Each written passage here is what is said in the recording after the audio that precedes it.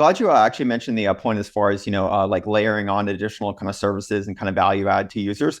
So how do you think about that when it comes to like a strategy kind of standpoint and like sequencing into it, like if and when the right time to do that is? Um, well, every decision really starts with like the mission. And another way to say that is like, what's in the best interest of our customer? Like our mission is to enrich lives by making a second home possible and enjoyable for more people.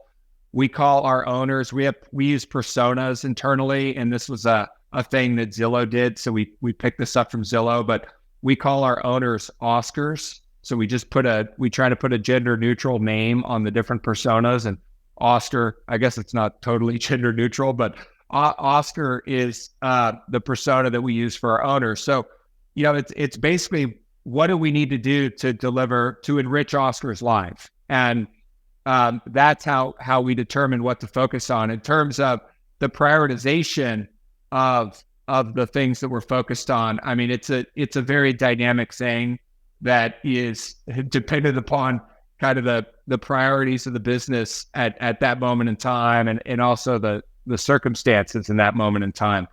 One of the things that I try to do as kind of a leader, like one of my sort of leadership tools, if you will, is I always try to have three I call them strategic pillars. And there's obviously lots of different structures from, OKRs to OGSM and lots of other frameworks that people use, but I just call mine strategic pillars. And I try to have three strategic pillars that are generally don't change throughout the entire year. Now, sometimes, if things need to change, they will change. But what I've found historically is that if you do the work up front, really, really kind of understanding what the business needs to focus on in a given year, these three strategic pillars can really serve as a solid foundation for 4 quarters pretty easily.